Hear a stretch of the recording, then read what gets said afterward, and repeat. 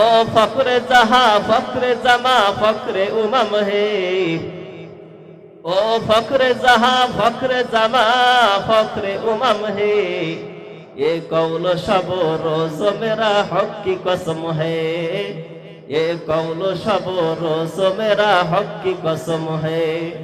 उल्फत में बराबर है वफा हो के जफा हो, हर चीज में लज्जत ही अगर दिल में मजा हो। ও মুসলমান, যদি নাকি যোগ্যতার কারণে কাউকে বেশি ভালোবাসতে হয়, নবীকে বেশি ভালোবাসতে হবে, ঠিক না বেঠিক? নবীর পর কার কোনো যোগ্যতা নাই।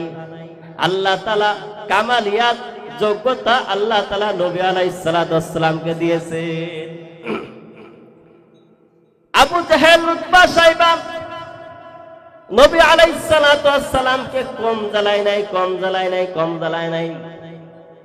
কিন্তু আল্লাহ তাআলা নবী আলাইহিস সালাতু ওয়াস সালামকে বলেন, হে নবী, ফাসবির আলা মা ইয়াকুলুন, ওই কাফেররা, বেঈমানেরা আপনাকে যা কিছু বলুক না কেন আপনি সবর করবেন। এই সবরের পর অটল ছিলেন। সবরের পর অটল থাকার কারণে আল্লাহ তাআলা নবী আলাইহিস সালাতু ওয়াস সালামকে জান্নাতের সুসংবাদ শুনিয়ে দিয়েছেন। জোরে কোন সুবহানাল্লাহ।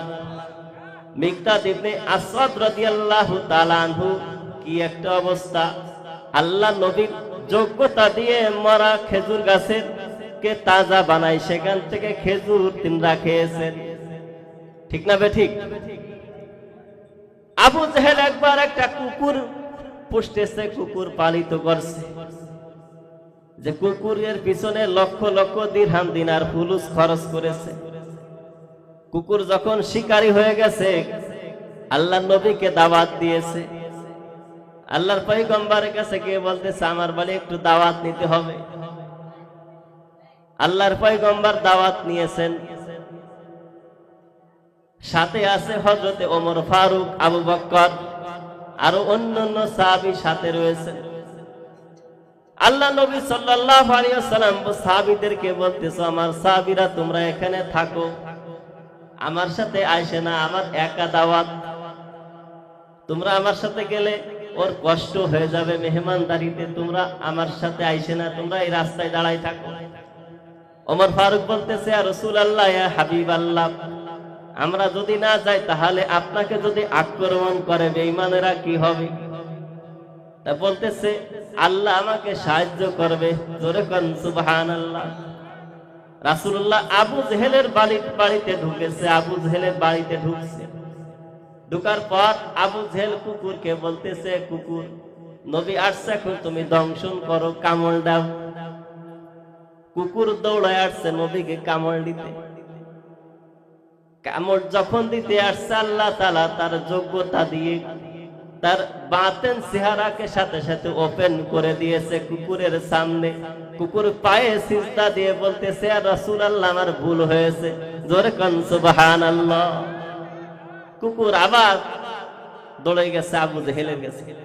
আবু জেহেল বলতেছে, কুকুর, তোমাকে আমি এত সুন্দর করে লালন পালন করলাম, লক্ষ লক্ষ টাকা খরচ করলাম, তোমাকে আমি খাবারের রুটিনও করে দিলাম, কিন্তু আজকে আমার কথা না শুনে নবীর পায়ে সিজদা দিলে কেন? বলতেছে, পায়ে সাকবু দিদে মজনু খলকে পুরসি দিদে গুপ্তে আসকবু রাহবরা এ গোয়েলাইলি রক্তেবু।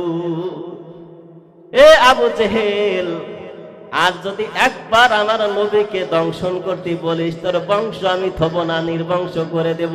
জোরে কোন সুবহানাল্লাহ। এই হলো আমাদের বিশ্ব নবী, বিশ্ব নবী। তাহলে যোগ্যতার দিক দিয়ে যদি কাউকে বেশি ভালোবাসতে হয়, আমার নবীকে বেশি ভালোবাসতে হবে।